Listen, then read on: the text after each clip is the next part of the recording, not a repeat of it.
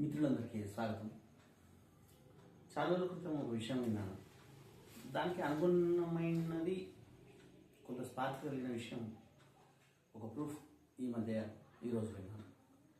ఏంటి అంటే, పురాతన కాలంలో ప్రపంచం మొత్తం మీద భారతదేశం యొక్క సమయం నడిచింది. సుమారుగా 1500 సంవత్సరాల క్రితం వరకు. అప్పుడు మొత్తం రోమ్ కానీ మిగతా నాగరికతల యొక్క మొత్తం స్థాయి 90% వ్యాపారం కేవలం మనతో నడిచేది. ప్రపంచంలో ఉన్న 90% బంగారం మన వద్ద ఉండేది. అందుకే భారతదేశాన్ని బంగారు చిలుక లేదా సునేక చిలుక అనేవారు. తర్వాత కొంతకాలం తర్వాత భారతదేశం నుంచి అది పవర్ సెంటర్ అన్న కొంచెం షిఫ్ట్ అయింది.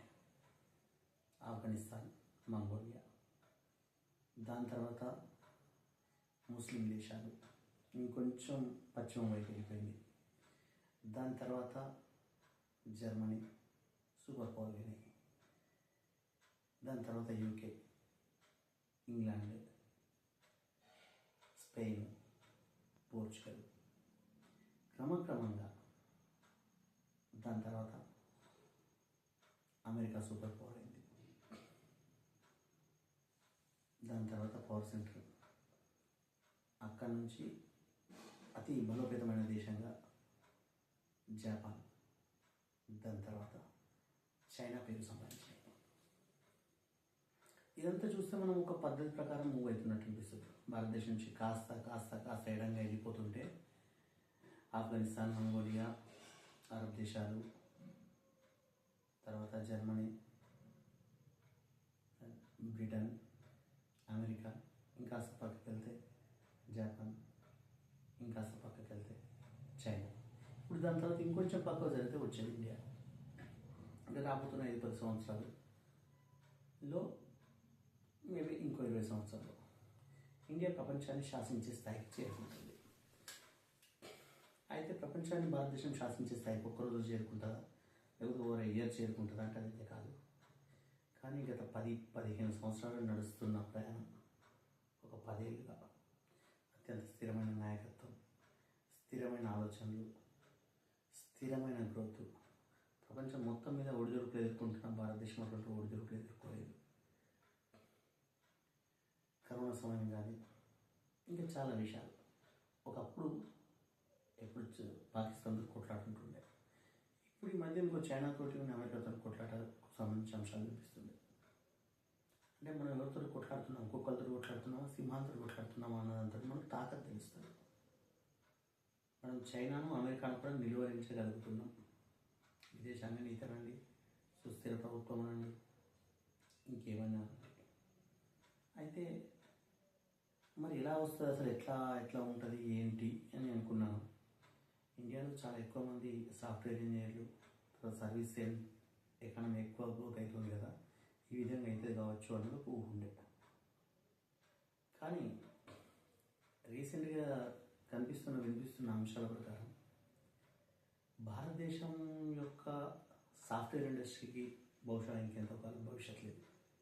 ఇంతకుముందు మనకు బాగా నిపుణులైన చీప్ లేబర్ లభిస్తుంటారు. కాబట్టి మన నిపుణులైన చీప్ లేబర్ కోసం ప్రపంచం పాటలు చేస్తుండే మన జాబ్లు వచ్చినాయి. ఇప్పుడు చీప్ లేబర్ మనకంటే ఇంక ఇతర దేశాలు కూడా, అంటే తక్కువలో సాఫ్ట్వేర్ ఇంజనీర్స్ను సప్లై చేయలేని దేశాలు ఇంకా అనేకం తయారైనాయి. మలేషియా, ఇండోనేషియా, బ్రెజిల్, దక్షిణాఫ్రికా, ఇటువంటి చాలా దేశాలు ఉన్నాయి. ఇవే కాకుండా ఇంకా సాఫ్ట్వేర్ ఇండస్ట్రీలో మనకంటే చౌకగా అందిస్తున్న దేశాలు చాలా ఎక్కువ ఉన్నాయి. అంటే ఆల్టర్నేట్స్ పెరిగినాయి, ప్రపంచానికి ఆల్టర్నేట్స్ పెరిగినాయి. రెండోది, నిపుణులైన చీప్ లేబర్ కదా మనం అందించింది. మనకు ఆ నిపుణులు లేరు. మన విశ్వవిద్యాలయాల స్థాయి ప్రపంచం స్థాయితో పోలిస్తే బాగుపడిపోయింది. మన ఇంజనీర్లు నిజంగా కూడా ఎందుకు పని రాకుండా తయారయ్యారు.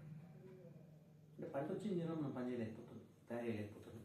మనంతా రాజకీయాలతోటి, విశ్వవిద్యాలయాల్లో వివిధ రకాలైన భావజాలాలతోటి ఇంకా దేనితో పాడైపోతుంది. మొన్న మధ్య ఒక వార్త విన్నాము. చైనా ఇంజనీర్ను నియమించుకోవడానికి అదానీ కంపెనీకి పర్మిషన్ కోసం అదానీ కంపెనీ ఇండియన్ గవర్నమెంట్కి లెటర్ రాసింది. ఎందుకంటే ఆ స్థాయి నిపుణుడైన ఇంజనీర్ మన దేశంలోనే తయారు కావట్లేదు. చూడండి, మరి ఇటువంటి ఇంత వరస్ట్ కండిషన్లలో కూడా దేశం మళ్ళీ బంగారుతుంత సోనే కచేరీ ఎట్లయితుంది అని ఆలోచిస్తే, గత 4 సంవత్సరాలుగా ప్రపంచం యుద్ధం వైపు వెళ్ళిపోతుంది. ప్రపంచ యుద్ధం కాదు, ప్రపంచ యుద్ధం వేరు, ప్రపంచ యుద్ధం వైపు వెళ్ళడం వేరు. ప్రపంచ యుద్ధం అంటే ఒక్కటే మొత్తం అన్ని ప్రపంచం మొత్తం 2 భాగాలుగా అయ్యి యుద్ధం చేస్తే దాన్ని ప్రపంచ యుద్ధం అనొచ్చు.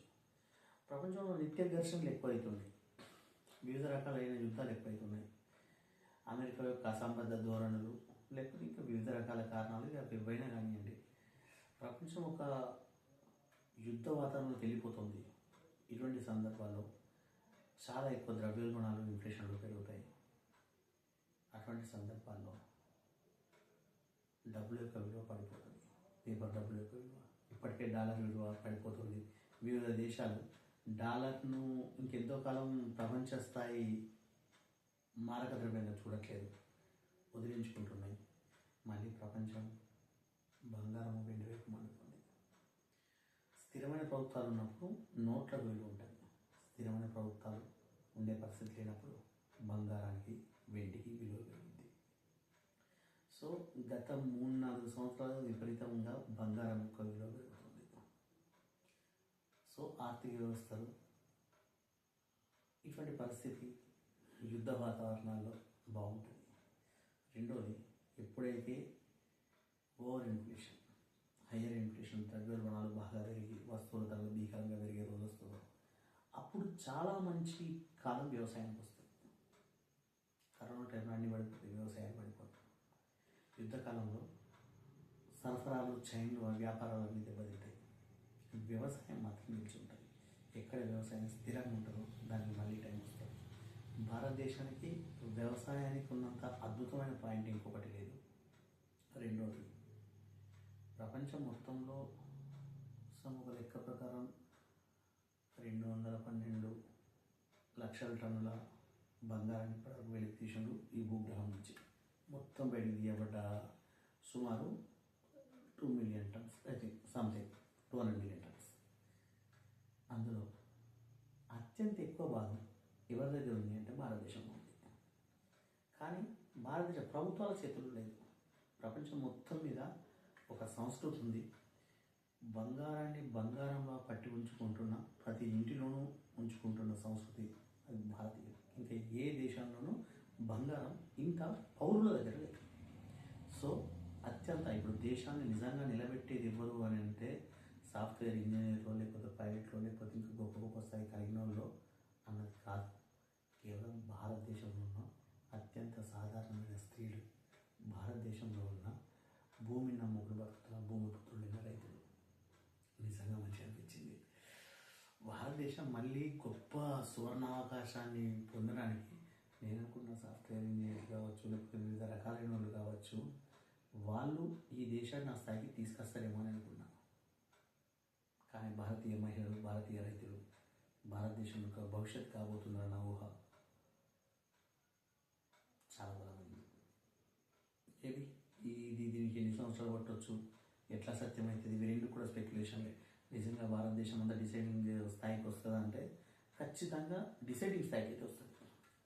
రెండోది, దానికి రైతులు మరియు స్త్రీలు, డొమెస్టిక్ కుటుంబీకులు, బంగారాన్ని ఆపుకున్న కుటుంబాలు ఆధారంగా నిలుస్తాయా అని అంటే ఏమో చెప్పలేము. కానీ ఇంతకన్నా బలమైన సెక్టార్ లేదు, దీన్ని కొట్టగలిగిన సెక్టార్ లేదు. వ్యవసాయాన్ని కొట్టగలిగింది లేదు, బంగారాన్ని కొట్టగలిగింది లేదు. మళ్ళీ మన కళతో భారతదేశం బంగారు చిలుక అయ్యే రోజులు చూద్దాం. ధన్యవాదాలు.